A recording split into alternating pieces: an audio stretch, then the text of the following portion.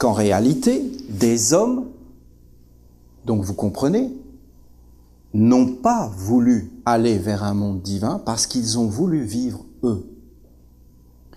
Et donc, ils se sont associés avec des entités qui étaient là en potentiel et qu'on appelle la cruauté, la méchanceté, la ruse, le côté sournois, l'avidité, la puissance, le pouvoir, la domination, écraser ses ennemis, ce qui est quand même une grande joie, et ainsi de suite pour les hommes.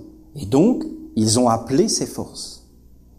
Et ils ont amené les hommes, qu'ils considèrent comme du bétail, comme des sauvages, des primitifs, des non-éduqués, du bétail, des êtres inférieurs. Ils ont pris ces hommes comme des êtres inférieurs. Olivier, personne pense comme ça. Mais si, bien sûr, vous pensez comme ça pour les animaux. Donc si vous pensez que les animaux, vous êtes supérieurs aux animaux, pourquoi vous croyez qu'il n'y a pas des hommes qui pensent qu'ils sont supérieurs à vous et que vous êtes que des animaux? Puisque ce que tu fais à l'autre, on te le fera. Mais c'est évident. Et si nous, les hommes, nous pensons que les animaux sont à notre service, qu'on en fait ce qu'on veut, qu'il n'y a aucun respect, comment vous pouvez imaginer qu'il n'y a pas des êtres au-dessus qui vont penser la même chose pour nous? Donc en réalité, c'est comme ça. Et ces êtres, ils ont réellement pensé comme ça. Et si aujourd'hui on pense comme ça à cause des animaux, c'est parce que c'est papa-maman qui nous ont mis ces idées-là dans la tête. Et papa-maman, c'est pas du tout nos parents physiques. C'est des êtres supérieurs qu'on ne voit pas. Et c'est ces êtres, en fin de compte, qu'on a imités. Et en faisant cela, on a commis une offense contre l'intelligence, contre le monde divin.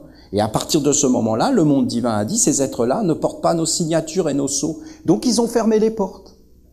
Et en fin de compte, on a appartenu à ces mondes. On leur appartient. Comme la vache appartient au voisin. Ce qui est quand même assez incroyable, vous ne trouvez pas? Ton futur corps. Pourquoi tu es venu sur la terre? Pourquoi? Pour te faire un corps. Un corps. Tu n'es pas venu sur la terre pour vivre. Tu es venu sur la terre pour te faire un corps. C'est pour ça que tu es venu sur la terre. Et si tu quittes ce monde sans t'être fait un corps, t'as tout perdu. Si tu quittes ce monde en ayant fait un corps au monde des ténèbres, non seulement t'as tout perdu, mais t'as mis ton capital dans un monde. Oui, mais comment faire? Il faut d'abord être conscient. Conscient. Et après, il faut que tu sois éduqué. Parce que c'est pas simple. Parce que je vous dis que ces êtres ont empli le ciel. De leur présence, de leur influence.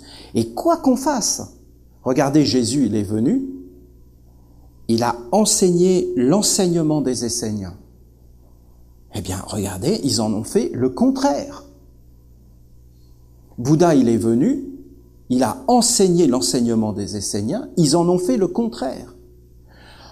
Bien que les bouddhistes, je le reconnais, sont des êtres admirables et que vraiment ils ont fait une œuvre de beauté et de pureté et que quand on va dans leur pays, on voit la sérénité, la gentillesse et que je reconnais que les bouddhistes, franchement, c'est une des religions qui a été le plus proche du monde divin.